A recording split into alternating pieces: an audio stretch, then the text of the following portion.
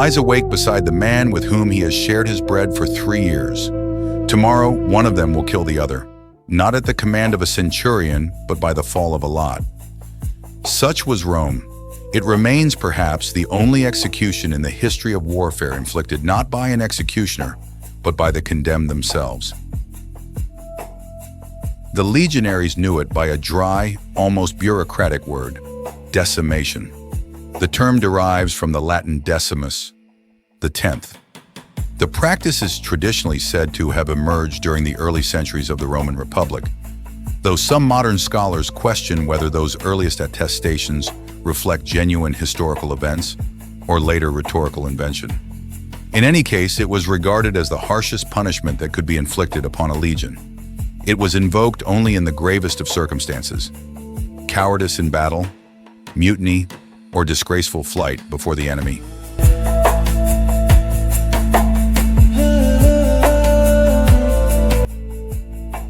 The disgraced legion was drawn up in ranks. The legionaries were divided into groups of 10, and within each group, one man was chosen by lot. The condemned was then put to death by the very comrades with whom he had marched, shared his rations, and lived beneath the same tent. Those who survived were spared only in name. Their wheat ration was replaced with barley, the fodder of beasts rather than warriors, and they were ordered to encamp beyond the defensive ditch, where the entire army might witness their disgrace.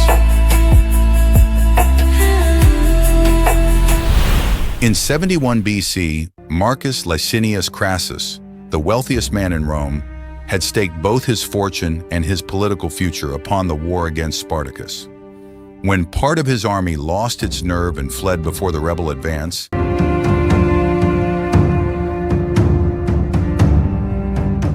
Crassus did not seek out individual culprits.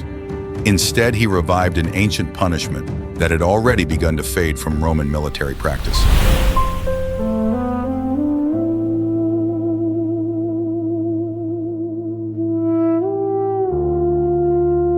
Plutarch records that around 50 legionaries were executed by decimation at the hands of their own comrades. The army that survived that dreadful night never fled the battlefield again. Yet Gaius Julius Caesar would one day demonstrate that discipline could be restored without resorting to decimation. In 49 BC, during the Roman Civil War, veterans of the 9th Legion mutinied at Placentia, a Roman settlement in the valley of the river Po, on the site of modern Piacenza in northern Italy. The legionaries demanded the pay they had been promised and their discharge from service. Some of Caesar's officers urged him to impose decimation. He refused. 2 years later, in 47 BC, Caesar faced a far larger mutiny involving several veteran legions, chief among them the 10th.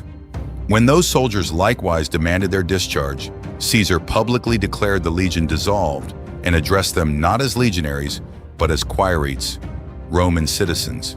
To men whose honor was bound to military service, the loss of that identity was humiliation enough. Only after they submitted and pleaded to be restored did Caesar admit them once more to the ranks, punishing only a handful of the ringleaders. The practice outlived the Roman Republic itself. Emperor Augustus ordered a decimation in 17 BC. Less than 4 decades later, Legio III Augusta, campaigning in North Africa, suffered the same punishment after a series of defeats inflicted by the Numidian chieftain Tacfarinas. The order was given not by the emperor himself, but by the Roman legate Lucius Apronius, then serving as proconsul of Africa. This is the last fully attested case recorded by the Roman historian Tacitus. In AD 69, the year of the 4 emperors, Emperor Galba reached once more for that ancient and terrible remedy.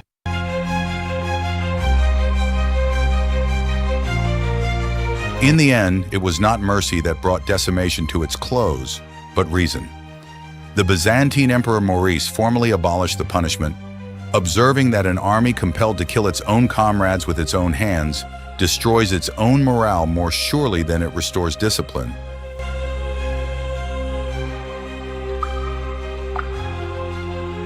The worst punishment was not death. It was killing the legionary beside you. Rome remembered discipline. The legionaries remembered the lot.